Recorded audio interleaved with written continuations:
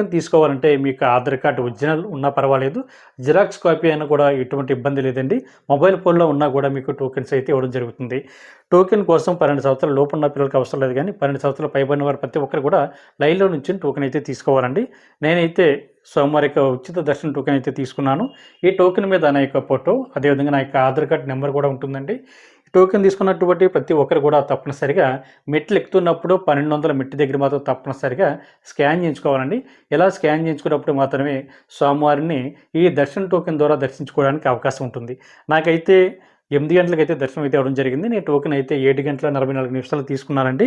అదేవిధంగా శ్రీవారి మెట్లకు వచ్చినప్పుడు మీకు ఆ లగేజ్ని కూడా క్యారీ చేయడం ఇబ్బంది కాబట్టి శ్రీవారి మెట్లకి స్టార్టింగ్లోనే ఉచిత లగేజ్ కౌంటర్ ఉంటుందండి. అక్కడ మన లగేజ్ ఇచ్చినట్లయితే మనం తిరుమల కొండపైకి వెళ్ళే లోపే టీడీకి సంబంధించిన ట్రాన్స్పోర్ట్ వెహికల్ ద్వారా మన లగేజ్ అయితే తిరుమల కొండపైకి రావడం జరుగుతుంది. అదేవిధంగా మనకి తిరుమల కొండపైన మనకి